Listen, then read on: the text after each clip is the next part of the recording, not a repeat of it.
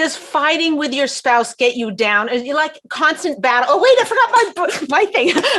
Does it get you down? We have an amazing, wonderful, yummy guest. She's very famous, has written lots of books. Everybody listens to her every week on Mishpacha, reads her every week.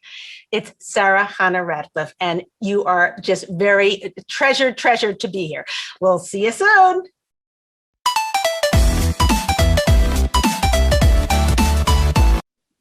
Hi, it's Leah Richheimer. Thank you so much for being here. We have a very special guest, and I have to tell you something. She is an author, written many bazillion books. You have to look her up. And she also is a therapist. She helps a lot of people. I'm very happy to have you on the show. This is Sarah Chana Radcliffe. Thank you. Thank you so much. Thank you. Thank you for having me. Yeah, it's great. Yeah. So here's the thing. We go really deep, really fast. So I'm going to start with a very deep question, which is, I'm like, how to fight right? Like, is that even possible? So if you can explain that to us, we'd be very happy. Sure. Fighting. I mean, fighting sounds like the word itself suggests that's going to be a destructive process. So we say fight right. We mean take the destruction out of that process and make it a negotiation that's healthy and benefits the relationship. That's what we're going to be talking about, how to do that. Yeah. Wow. Aren't you on the edge of your seat? Alana, write that down. That's a good meme. And we'll put her name with Sarah Chana. It's a great meme. Okay, good. So here's the thing. The fighting, you're absolutely right. There's a thing about fighting that, okay, oh, wait, hold on. We got our ladies talk show boxing glove. Okay, I got to put it on and really, really fight. So here's the thing. How do you go? You're in the middle of a thing and your husband says to you, let's see, what's a really annoying thing that your husband could do? He walks in and he says, well, how come this place is such a mess after you've had a day from very bad day? How do you not fight? What does it mean to not fight in that situation?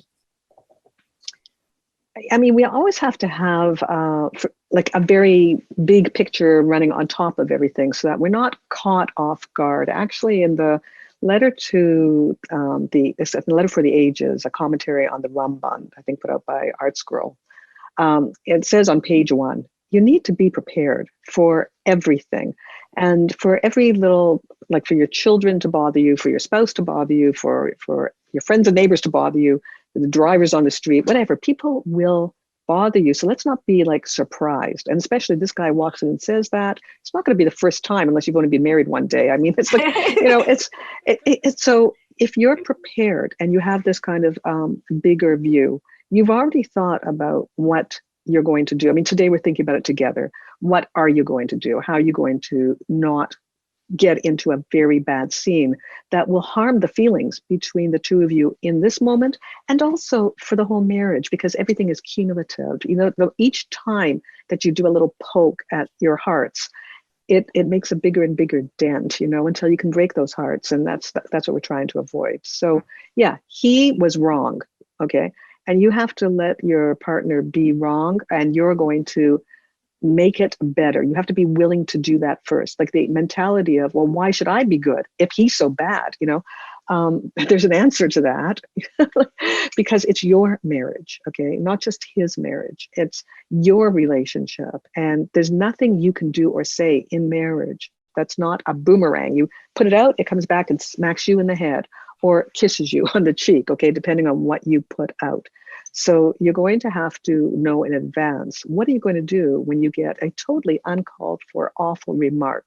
And be ready for it, because human beings are, a little bit flawed, including us. So that's kind of a general thing. Leah, I have somebody, sorry to cut you off, but I have somebody saying that it sounds amazing, but hold on a sec. We can't hear you. You're not patched in because we had that problem. Okay, talking to the microphone.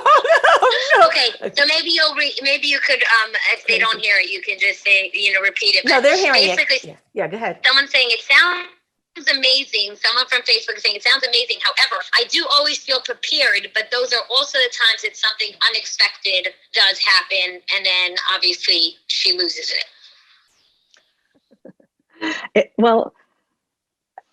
It's not obviously once you're dedicated to a few principles. I'd like to actually start with ruling out things that we're just not going to do anymore. and then get into things that we should do instead. And the reason is because when you say, obviously, I'm going to lose it at that point, these things are what's going to come to us naturally. So I want to heighten our awareness of the things that we want to do. Now, you can do these things. You're a human being. You can make, I'm going to call these mistakes. I do them myself. It depends on how often and how intensely you do this. So Leah, is it okay if I go into this a bit to say, because there's different levels of things, right?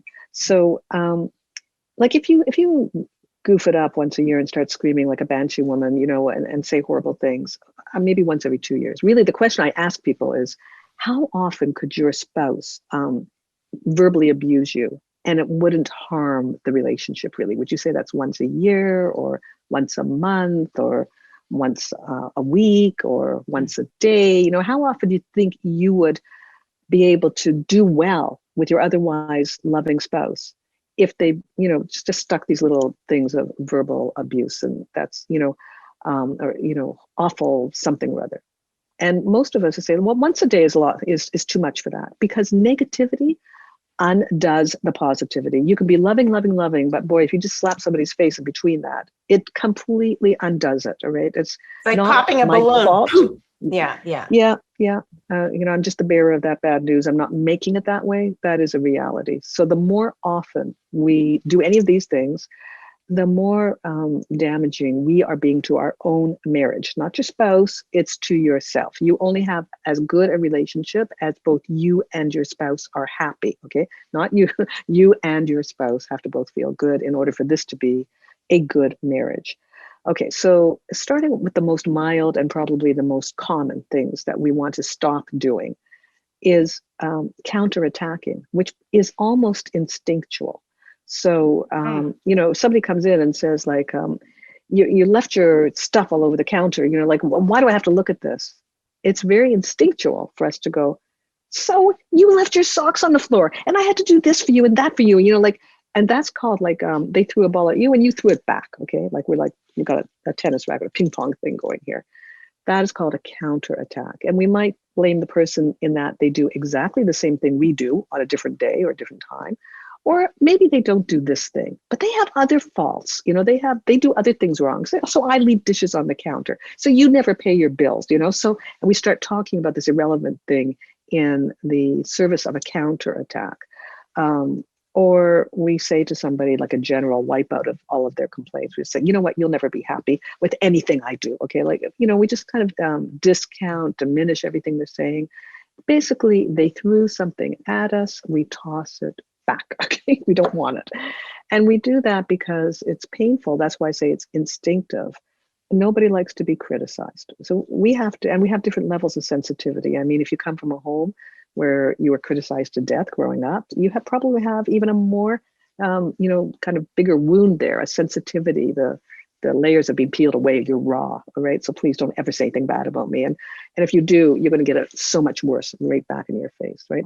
The problem with that technique. Leah, she sounds like she's in my house. I think, Mr. Radcliffe, you sound like you live in my home, because when I sort of fight, I automatically bring up like everything that happened, you know, from day one of our marriage. And my husband actually tells me all the time, why is it you can never remember anything and you always say your memory is so bad, except you remember every single thing I did? Yes. Well, you're bringing up another actually no technique, which is referring to anything. We call it a 30-day moratorium cure. It's just like, you can't mention anything that happened more than 30 days ago. It has to go off the rules, off the book. Like you can't even take care of it in your 30 days. And if you didn't take care of it, then you're done. If you're finished with it.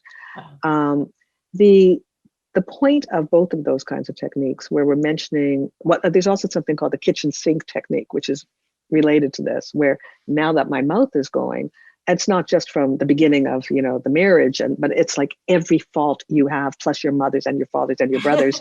I'm going to throw in everything because I have the platform now and I must diffuse what you're saying. Okay.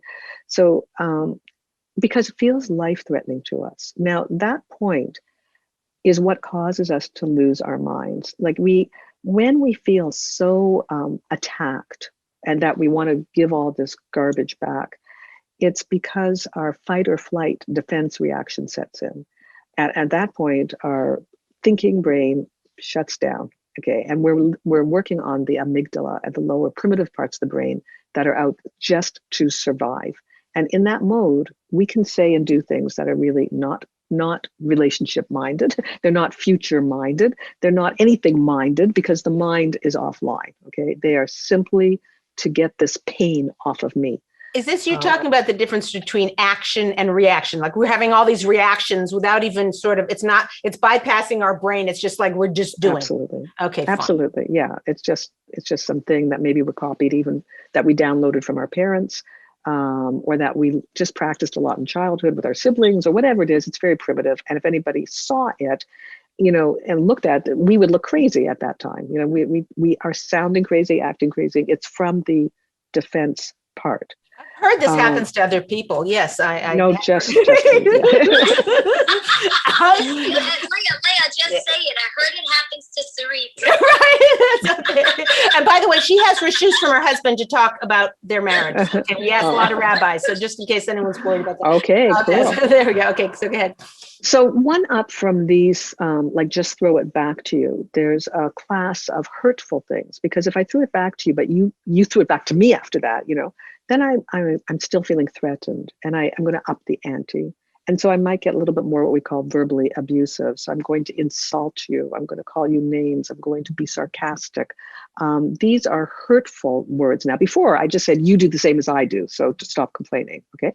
But now I'm kind of upping it. I'm ratcheting it up a bit. And I'm going to really try and shut you up with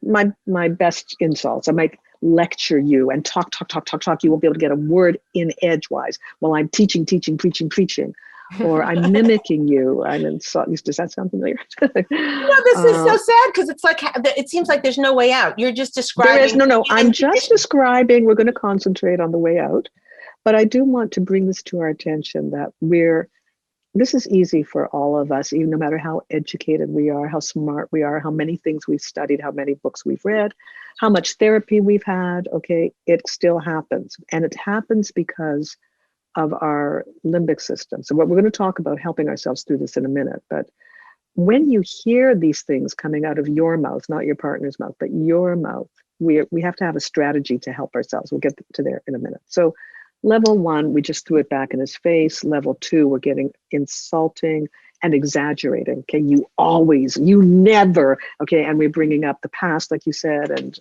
everything we can think of. We're insulting his mother and father, and how he's just like his family, which are all horrible people, and, all this stuff, okay? Now, yikes!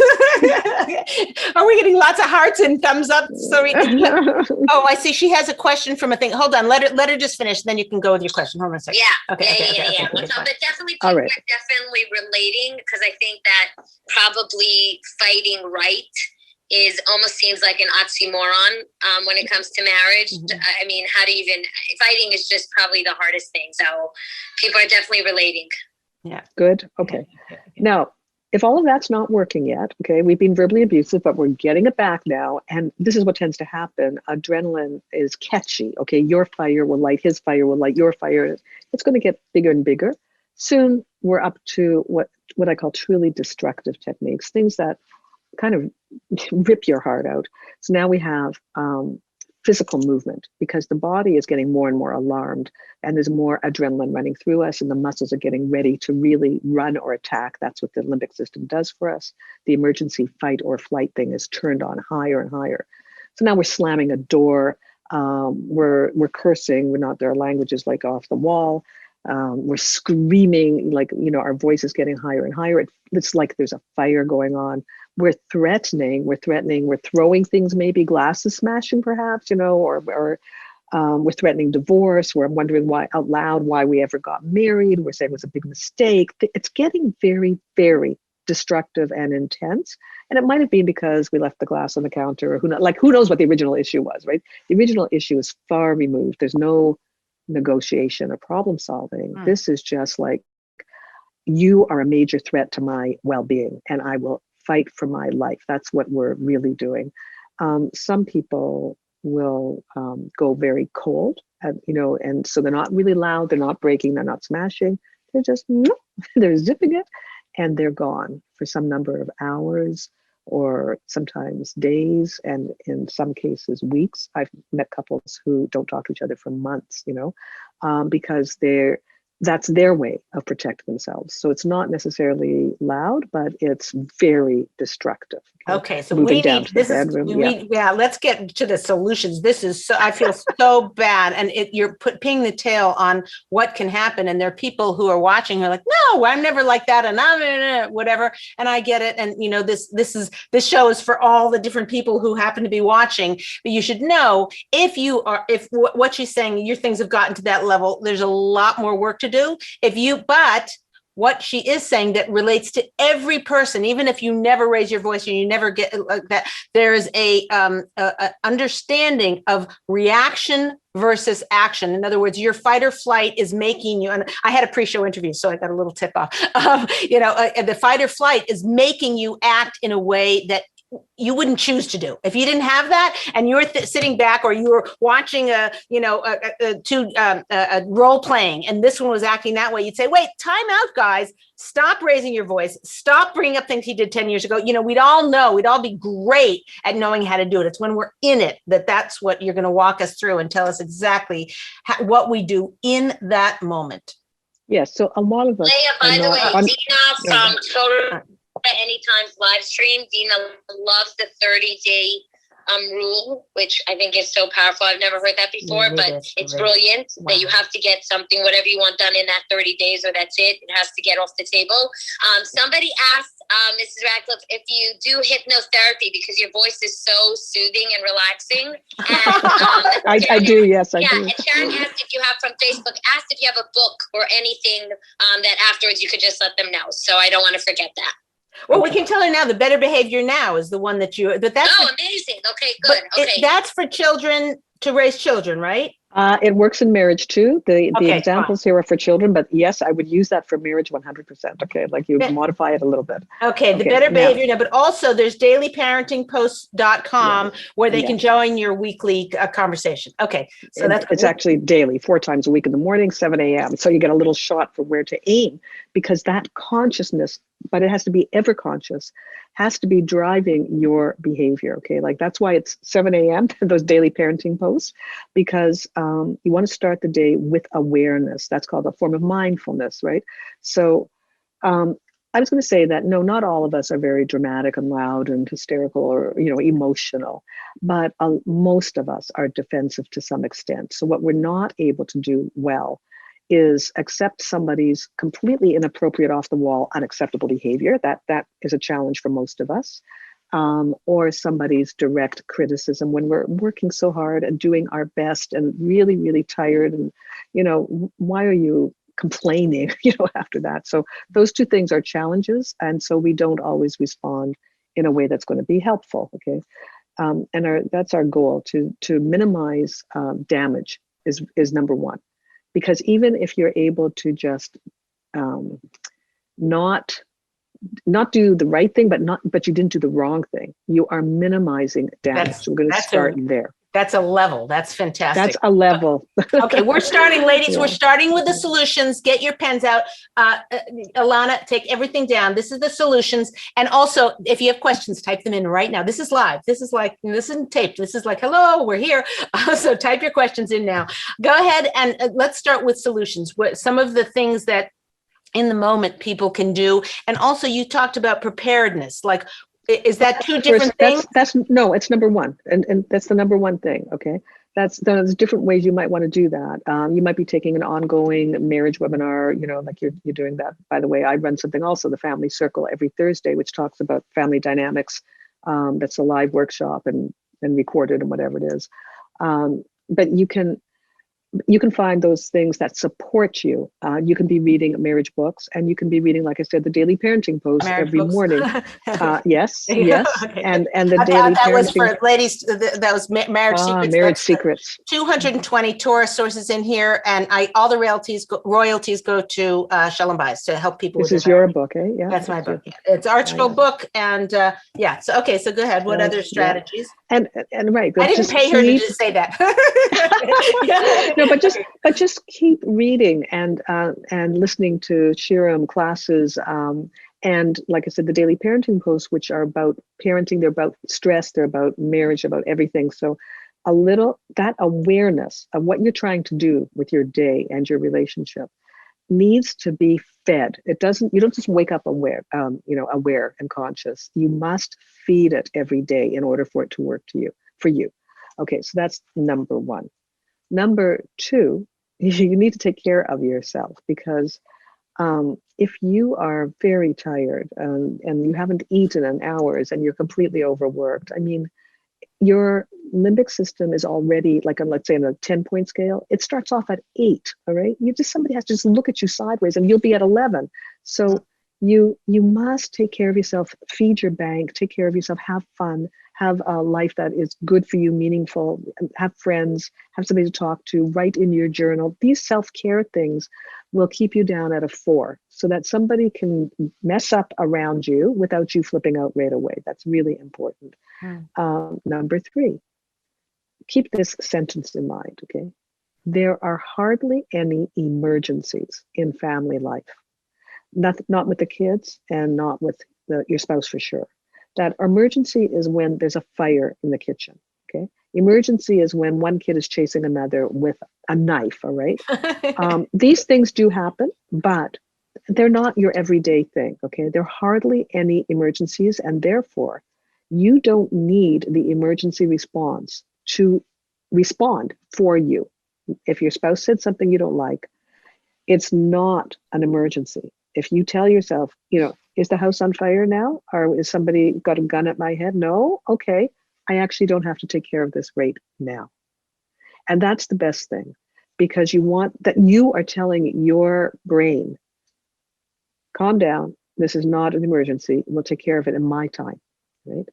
And that is extremely preventative. So the guy came in and said, like, what's this mess? And you didn't like it, all right? Ask yourself, is the house on fire? No. Gun at my throat? No. I'll take care of this later, right? Because you need your frontal cortex or prefrontal cortex, whatever it is, this part of your brain, okay, to look at, what do I want to happen instead of this in the future? And what strategy can I use to get it there, right? Like, you want to be able to plan this out. Now, and then you want to choose. Yeah, go ahead. That comes to you naturally, though, because maybe you've worked on yourself and maybe you were spastic, but you're like, oh, calm, like you're very calm. So it seems like for people. I'm glad my husband, I don't think my husband's listening to this, but he would be laughing. Like, okay. Oh, really? Okay. All right. Okay. Maybe. Okay, Yeah. fine. But yeah. It's a place to get to. It's like wherever you're holding, you can always get one level higher in terms of your self-mastery, your self-control, your ability to think long-term. Like if I yell now, it might feel really good and the adrenaline's rushing and he deserves it, etc. But is that going to meet my long-term goal? Which is, the answer is no. So the more master you get over this, the more you can sort of see into the future. And then when you say, okay, no, he came in, he yelled at me, or he yelled about the house being messy. My gut instinct was to yell. I didn't yell. I'm going to handle this later. I'm going to be mature. What happens later? I mean, because this show is about how to fight right. And we want to know in the heart, you're saying couch it for later, but then how to fight right when later comes. I know. That's my question. Patience. We're moving somewhere. Okay. So here's the thing. I want to start off where we didn't do that, actually, where he screamed, like, what is this mess? He had a horrible day. He comes in, the toys are strewn on the floor, whatever it is. And you read your morning post, you took your marriage class, but it was a long day for you, and you were at an 8.5 or whatever when he came in. You had just finished fighting with some kid, and now he comes in, and you had made this beautiful, dinner and everything, and this is what you get, right? So you missed that beat and you did it wrong. You said like, you know what, why don't you just turn around and go out? Okay. You said this in front of the kids, right?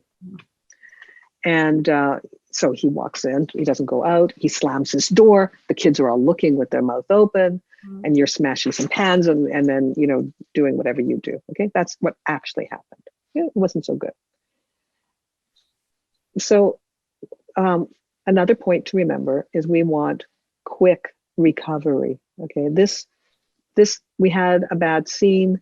You know, we both feel horrible. We know we traumatized our poor little kids and they're learning the wrong skills from us and whatever. We don't want to now shut down and not talk to each other for 3 days, because that's 3 wasted days of your life. And it feels horrible and rough on your energy system, on your body. And you want to be close.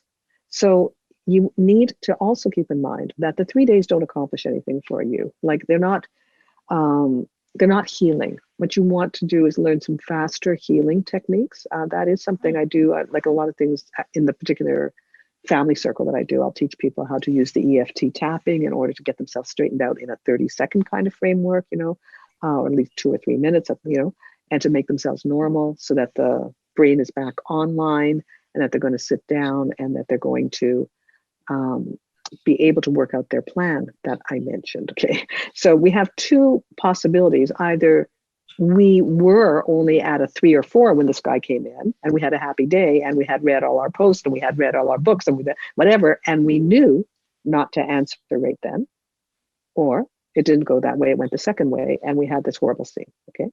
Either way, the next step is to get to the thinking and working it through on your own before you work it through with your partner. Okay. So some people think, okay, I've got to talk to him. Okay, I've got to work it out with him. We've got to figure it out, you know, and you're going to play psychiatrist and you're going to analyze the guy. You're going to tell him what his problem is. You're going to tell him what he needs to do in the future. He doesn't even have to, you just want masking tape on his mouth and you're going to go at him and at him and at him. And, you know, a lot of people try to solve their marriage problems that way.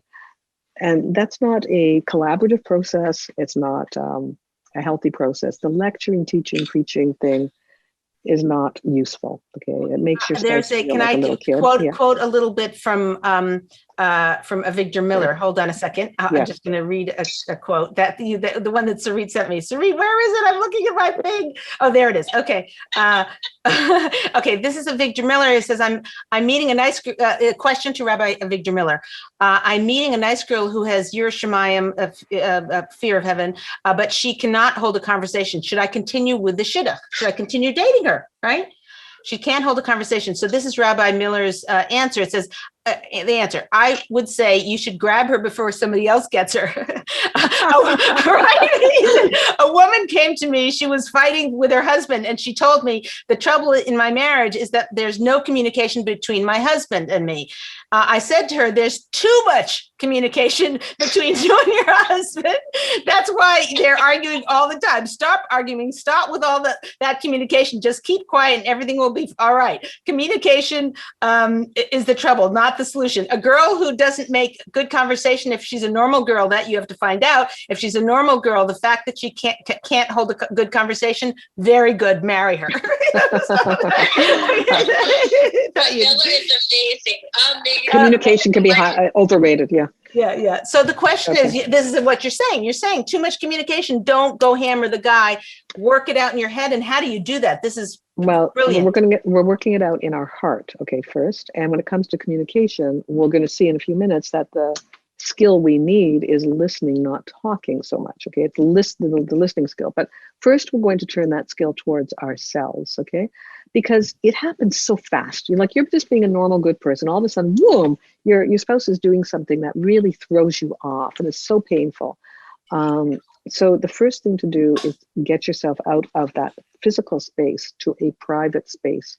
If you're in the middle of making dinner and the kids or whatever, remember, it's not an emergency. And the wound will sit and fester for a while. You can attend to it later. It's going to be right there. You can dig it up again, so if you happen to get busy and you're too busy to deal with it right now, just take care of your family. And then the next thing before you go to your partner is to go to yourself. Okay. And to replay that scene, bring it back up, see if you can get the feelings in your body and ask yourself, well, what do I feel? What's this feeling? And then there could be different things that might happen. You might feel enraged at first, but and maybe there's sadness under the rage, or maybe there's like, why does this always happen? Like, why is he my partner? Why is like, how did I get here? Like, he's so this, he's so that, he's so the other thing will be your first tendency. Take that and it makes me feel, okay? Because we don't care what he is. For this, you must know what it makes you feel, okay? You're not assessing him. You're not giving him his grade on the report card. You're not judging him. But that will be, you can start that way. You can start that way, especially, I don't know if you guys know how to do the EFT tapping. Do you know how to do that stuff where you're using the meridian pathways in the body? Because it really speeds this up. And you can actually go like, I hate him. I don't, he's always this, he's always that, he's always the other thing. And you're tapping. Do you know, you look like you don't know. No, I don't. And she's flagging me down again. Also, you're not on mute, and your sound isn't coming in properly. Oh, is it? No. I thought it was, okay, because I had to mute before. Okay, so no. Okay. So, wait, so can I interrupt to someone's question? Yes. So I don't know about that, but maybe people can go to your website or whatever and learn a little bit about that. But okay, now I got you. You're on, Sarit. Okay, go ahead. Ask the question. Okay, so Sorry, somebody was asking, if somebody was asking that, is it okay when you're sort of, like you're saying to not deal with it at the moment and so on and so forth, if you're holding on to stuff that's sort of heavier and it's something that you just feel like you can't release, is it okay to take a break by actually going somewhere with friends, or literally like leaving completely the situation, not just in your head, but physically leaving the situation? As long as you're not slamming the door on the exit. Some people when they're upset go like, that's it, I'm out of here, and they zoom off down the road at 100 miles an hour, and they book themselves into a hotel and all that stuff. No, that's all drama. Okay. If you want to say, if you feel like you need a little break, you can say, honey, I want to go out with my friends for a walk or whatever. Do you mind looking after the kids? I'll be back in about an hour. And like you're being normal. If you can do that, then go ahead and leave. But yeah, we have to be careful how, what we're doing. Some people these days have long fights by text, Don't do any of that. But get yourself away from this until your brain comes into play, right? So, and the brain is not going to come into play till your feelings are settled. So if you don't know the tapping thing, which I do have on my Instagram, the IGTV thing, I have like how to tap. I think I did a special there on the COVID thing, how to tap for anxiety, but it does teach you how to tap in general. So you can do the same thing for rage. Actually, I'll put one there. I'll do an IGTV on how to tap for mad at your husband. So you can see that. So, but anyways, you can journal, you can write really fast. Some people like to do it with their left hand. So their subconscious minds go like, he's this, he's that, he's the other thing, but get as quickly as you can to, and I feel unloved, I feel unappreciated, I feel uncared for. Because this is going to be important in terms of moving the rage. The rage isn't going to go until you get in touch with what the hurt is inside. Okay, so, and then maybe you're going to cry and okay, now, if you're feeling like a little calmer after you've released feelings, now you can ask yourself, what do I need? Okay, and it might be something you need from yourself as well as something you need from him. It could be that I need to stand up for myself. I need to set boundaries. I need to ask for what I want. I need to have more time to myself. I need to get out of this house sometimes. I need to buy myself a big gift. I need to spend all his money right now. Whatever you need.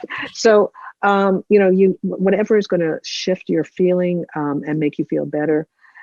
So you're going to think both, what do I need for myself that I can do for myself? What do I need from him going forward? Okay. After you've decided what you need, your next thing is, how am I going to get it? So you're going to have to talk to him. But when you talk to him, and I want to take the second scenario where you told him to get out of the house and you had a fit and you all slammed the doors and everything, you would go to him at the right time. Okay, so that is when you're feeling calmer. You must be feeling settled. You must have a plan in your mind. And he must be calm too. You're going to have to wait till he's calmed down. And maybe you've already had dinner or something has passed and something shifted, and you knock on his door, his den or whatever, and say, honey, can we speak for a minute, And keep these things very short, because the chances of him, wanting to work this out with you depend on it being a fairly painless process. fast and over with happy endings, then if you can arrange that, he'll be willing to work with you more and more. So you're always going to start off with your apology for what you did, even though the whole thing is his fault. You never would have done it had he not started up with you, right? Okay, but you're going to start off with, I shouldn't have spoken to you like that, with such disrespect and screaming in front of the kids. I don't know what got into me, and I was totally wrong, and I'm really, really sorry. That is your opening move. That gets your listeners back down, okay? Because we can't have that defensive thing going on. You know, we're not going to come in. I just want to speak to you about what you did when you came in today.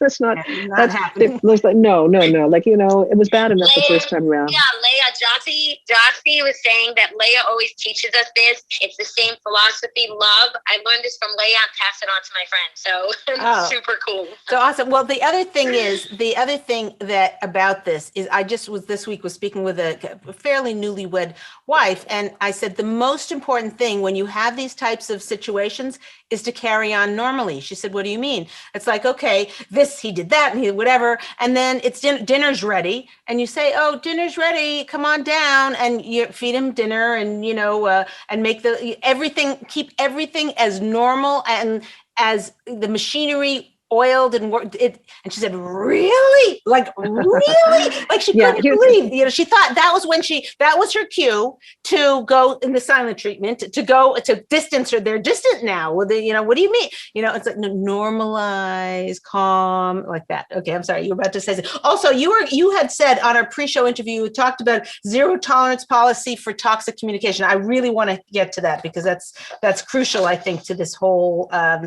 want to know what, maybe you can explain that also. Okay, so the normalizing point that you're making there, the way I think of it is the marriage goes on, okay? A fight or a disagreement, a bad scene does not end the marriage. So you keep making the meals if that's what you were doing. You know, you keep doing everything you were doing. He keeps doing everything he was doing. We don't stop because we're in a fight and wait for the fight to go off. Like we just continue, as you said, to live normally, and then we're going to deal with the fight. And sometimes it's not an emergency. If things are very busy and you have a wedding that night and the next day is PTA and blah, blah, blah, it can wait 3 days. You've got a marriage for eternity, okay? It's not, we're going to work this out, but there's no emergency. You still love each other. Two people made a mistake. He's still a good person. You're still a good person. We're going to fix it. And we want to fix it for the future so that we don't have these little hurts, okay? So you're going to be starting off with, I am sorry for what I did, okay? And he'll say, hopefully he'll forgive you, hopefully. Mm-hmm. But usually when you start off with an apology and it's really sincere, the other person says, I'm sorry too. I know I shouldn't have, you know, screamed back at you. So I accept that. But honey, it wasn't the screaming back really that really got me. It was like, I had such a hard day, okay? And then you came in and you screamed at the mess on the floor. And I felt really hurt. Now, these formulas, this one is from Harville Hendricks. It's kind of like, the formula is when you do X, I feel Y. And what I really need is for you to do Z instead. This only works in Canada where we say Z. Okay. Hello, I'm like, Z? Are we from France? Okay, all right. Yeah, no, we say Z. Okay. Z, just in case. I know, but it doesn't rhyme with Z. Okay, when you do X, I feel Y. You need to do Z instead. I don't like that. Okay. Anyways. So, okay, but that is the formula, and it's very short. It's not like when and then I give you my life story, okay? Then I feel, and I give you every feeling I've ever had in the universe. No, it's too much, especially for a man, okay? You have to realize that the male brain doesn't want so many words coming at him, especially not emotionally laden ones, okay? So keep it, and you know what you want to say because you actually worked this all out before you got there. So we don't want really, if you haven't thought about it, you shouldn't be negotiating yet, all right? Like it's so important. It's like when you're trying to help a child really overcome a particular behavior. You don't want to help them every day with the same behavior. You want to do it right, and this behavior should go away, all right? So you really want to approach this the same way. Like this isn't the first time that he's going to come in, and if you don't do it right, it won't be the last time either. So you're really trying to do your best job at solving a marriage problem. So you're going to say, he says, what I really need, honey, and you've thought about this, is for you to just sit outside for a minute before you come in every day. Like just stand at the door for a minute and get ready for the house to be a mess or imperfect or things to be wrong, and to understand you're coming into a place that's kind of alive in emotion.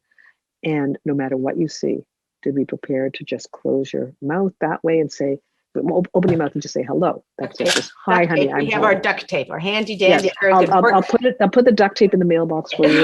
There you go. So you can just put that on before you come in.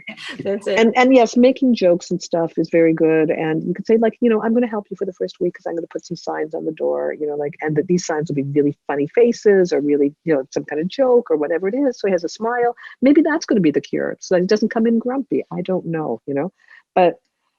And at that point, you could ask him, is there something, when you come home, what could I do that would help you do, if I had, you love iced tea, if I had an iced tea ready for you, and maybe that's too much work or whatever, but, let him tell you perhaps what might be a solution that would help him be in a better mood when he walks in the door. It's very important to ask him, okay? Because it's got to work for him. So, you also want to let him speak, and he might just spontaneously speak because he's not necessarily listening to this or reading any marriage books or taking any marriage webinars. Or I tell you something, they like the parenting posts because they're very short. So even men will read those. So you can forward that to him, suppose. But anyways, he might just come up with, but how important it is to me to come into an orderly house. I've asked you again and again and again. And he's going to do a few things wrong. He's going to speak too long. He's going to complain about the history. He's going to do all the things that you're not doing. You have to be prepared. Slowly over the course of your decades together, you're going to be able to help him with each of the things that he's doing wrong in communication, one at a time. Okay, you're not going to pull out the squirrel and tell him, okay, you got to fix it up. So he's going to do it imperfectly. And you're only focusing on what you need to do, which is to keep your mouth closed and nod, or even take notes if you want. Okay, it's like, okay, so, like you want to be able to grasp what he's saying. And in the Harville Hendricks, again, has a toolkit, an ABC here now. We can do the first step, A, is to just let the person talk and receive it. Okay, receiving it means you're going to summarize it just in your own words. Okay, so what you're saying is the mess really, really upsets you and you can't help it. It's just the way you are and it needs to be clean. Okay, and he's going, yes. Okay, when you get that yes, then you can go on to step B, which is to validate it. Okay, validating is the opposite of discounting, which is one of those things that we don't want to do by minimizing, if you think this is a mess, you should see what a real mess looks like. We're not doing any of that. Okay. Okay. Validating is to really say to you that your partner is normal for feeling as they do, or thinking as they do, or even acting as they do sometimes. So you might say, well, that makes sense because, and in fact, starting the sentence here at step B with that makes sense because will set you up to give what is a validating statement. That makes sense because, order in the house creates kind of a peace of mind, and people like that, And then step C is to resonate emotionally, or to emotional coach, or to acknowledge and connect on the heart level and say, like, I guess it really distresses you. No matter what, even if they told you what the emotions are, you would name them first. Because let's say he said, and it just really makes me feel like, overwhelmed when I walk into the house like this. You say, so I understand what you're saying. It makes you feel overwhelmed. And I guess I would name 4 more feelings: distressing and upsetting. And I don't know, probably even you feel despair because it keeps happening again and again. And he says, disappointment. Disappointed, disappointed. Yeah. Resentful. Who knows what? I don't know what, whatever would fit. And he says, yes. Okay. So then you'll wrap that all up with what you're willing to do about that. You say, like, honey, I think that I can't really clean the whole house because the kids are still playing and everything, but would it help? Now we're in the next step altogether. We've calmed down, we've made our apology, we've listened to him, and we may have to repeat the listening thing over and over, but we're now the next step is to say what we're willing to do. to make it better, right? We're now in negotiating. Okay. So he says, you say, would it help if I committed to doing just the front foyer when you come in so that there's nothing there? Would that help? And perhaps, I'll try my best with everything else, but I am trying my best already and I just can't. But would it help if I just did that, right? Right. And he says, maybe a little, but it's not that. It's just like the table's got things all over it. And it's not, this is what the negotiation phase is, right? So then you say, well, I could do maybe more of the table if you would take the kids for the first 5 minutes. I could run around and get the living room and the table all straightened out, and it would be nice then. How about you come in, take them out of my way, and I'll dedicate and you're going back and forth now with something called problem solving. Now, when it comes to marital problem solving, there's just another thing to keep in mind. You don't want to be giving in 100% of the time to whatever your spouse wants, and you don't want him giving in 100% of the time to whatever you want, because that makes for unhappy marriage partners. So if your spouse would say to a friend of his or to the marriage therapist when you get there, it always has to go her way. She needs to end up her way. I do everything she wants. She never says sorry. She always tells me what I have to do, and I have to do it completely her way. Like, even if you feel like, good, I got him to do it my way, in that moment, you're going to lose the quality of the marriage, because people, including your spouse, have feelings. And even if they don't tell you about it, nobody wants to lose, so to speak, 100% of the time. And you shouldn't be winning 100% of the time if it feels like a conflict of who's going to get what they want here.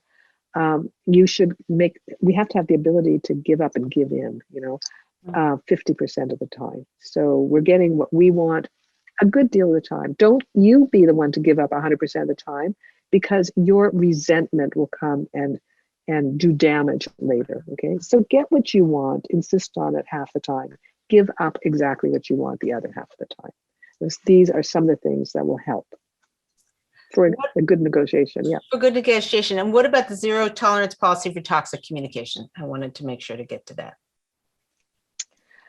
Just quickly before she goes into that, Dina from For Anytime live stream said, such a great show. There's so much information. This is definitely one to re-listen to. That's a thanks, Dina. Okay. So yeah. Yes. Okay. So remember, I said at the beginning, sometimes we have an explosive fighting style, right? So there are certain things that you can't let happen. For example, somebody raising a hand as if to do physical damage to you or any physical damage to anything. Okay, because that's not marriage behavior. Like, that's like, it's okay for kids 2 and under, but nobody bigger. We all have to learn to use our words. Okay, if that kind of thing is happening, we don't try to solve it by ourselves. I mean, you try it once. You can say to your spouse, we're not going to live like this. Okay, this can never happen again. So when you say that, you have to mean that. The first time, a spouse was to indicate that there might be violence or actually be physically aggressive. So that would include pushing, blocking doors, smashing, breaking. These things are too scary for home life. They can be very, very dangerous. They're certainly traumatizing for every family member. So, especially for children, it ruins their little brains. And therefore, the second time that it occurs, we're off to a counselor right away. We have to get therapy. This is something to be taken very seriously. Now, that's the first level. That's physical safety. And you can't do it. You might say, well, I'm just a little woman and I can't really do any damage, and I just flicked a little, apple core at my partner or whatever. Like, what's the big deal, right? You have no right to be throwing anything at anybody. And neither does your spouse have that. It's not about size. You can actually blind somebody with a little tiny thing. And you may not mean to, but this is not the way we can conduct a marriage relationship. It's out. Zero tolerance means the first time it happens is the last time, without doing something about it. Now, if it's been going on already for 8 years or 10 years, you can start your zero tolerance policy today. Okay. You have to bring other people in, because people are usually embarrassed in front of normal human beings to say that, yeah, I push, I shove, I throw, I smash, people, that's why we want a third party. And if the person won't go to a counselor, you may expose this person, that behavior, to somebody else who will influence the person to go to a counselor with you, anger management, blah, blah. You've got to do something about it, okay? Otherwise, you're part of the problem. Okay, so that's, and you had also said, now, if we can get this in too, I'm so happy we have enough time for you, just to safe communication strategies. You sent me a list, and I was so excited about it. I'm like, oh, the resolution and repair, the utilizing teachable moments, that whole section of fighting fair, fighting right, how to do it right. Right. So I think we actually, the safe communication techniques, I'm going to just finish what we said in toxic communication and lead that into this, because what we've looked at is physical violence is, we set a boundary immediately, okay, on ourselves and on our partner. If you're the one who's throwing, and whatever, punching walls, get yourself some help. Just do it. Like, it's okay. Like, if there's a reason why we do these things, it can be that we grew up with it and it's kind of wired into us, or that we have a genetic disposition that is just it's like a loose switch in the brain, and we need to get the help to tighten that. We're not horrible people. We're good people, but we're struggling with our little flaws. So we want to fix them before we hurt somebody. But verbal abuse, swearing, we can't say that every hurtful word is verbal abuse, okay? Because it's not nice. Every hurtful word is not nice, and every hurtful word, it doesn't build relationships. So we want to speak about the issues, not about the person. So, if we're not happy that there is a mess or that somebody spent too much money, we're going to say, safe technique, talk about the incident, talk about the situation, talk about the issue. You're spending over the budget, okay? Not like you have no brains, you don't know how to, you don't know how to manage money, you're irresponsible like your mother, not things like that. Those are character assassinations, right? That's never going to be productive. It is, we want to stay in the safe zone by talking about what happened and what we need to do to fix it. That is what we're talking about. If your partner starts going off on counterattacks while you're trying to talk about what happened and what we're going to do about it, you need to have the skill of bringing the person back to the topic. So let's say what happened was your partner said to you, you spent too much money. Or you said to him, you spent all the money, you gave away all our money, you spent all the money, whatever it is, and he starts counterattacking with, yeah, well, what about when you went to that hotel last year? I didn't see you like holding back on whatever. You would need the skill of bringing him back to your topic. And one way we do that is to say, that's a good point. That's very interesting. Let's talk about that when we're finished this conversation. Okay. Great. See, he's past his 30-day moratorium. If he didn't like that, he should have mentioned that last year, and you're going to inform him about that later. But right now, you're going to stay on your topic. The thing is, honey, we only, we don't have enough money now to get through the month, so we need to fix this problem right now. Okay. So people will try in their defense of themselves to lead you away. They're going to try and play ping pong with you. You threw a complaint at them. They're going to send it this way. You have to bring the ball back right in front. Okay. So we're not doing character assassination. We're not talking about character or personality. We're not doing diagnosis. We're not the local psychiatrist. We're not going to go into his motives, why he did this, okay? We're just going to go on, here's what happened, and here's what we need to do to fix it. We need a plan to fix it. And to prevent it from happening again. So we're very tight, short, sweet, without all of this personality stuff, okay? Again, one of the main things, not that we don't know how to talk to people. We're pretty good at work. We have friends. We're normal for the most part, right? So if you're we actually only have time for one more question. But the thing is, I just want to say that we only go crazy. Somebody's writing, we really need a part 2 with her. There's so much information and so much to write down. It's okay. What I'm going to say is that we are, for the most part, normal, okay? And we're doing well with everybody else except you. They tell our spouse, you're the only one I have this problem with, right? Everybody says that about their intimate relationship because that is the most triggering relationship. We know how to talk. Otherwise, we wouldn't have any friends. Okay, we know what to do. We just don't do it because when that fight or flight goes off, we literally lose our mind. And so the biggest part of this is learning to take yourself and hug yourself and tell yourself, we're going to make this better, and get yourself out of there until you can calm down and think and have some calming down strategies, because you do know what to do. I'm pretty sure you do. So like these, you know. Yeah, go ahead. Somebody's writing from Facebook.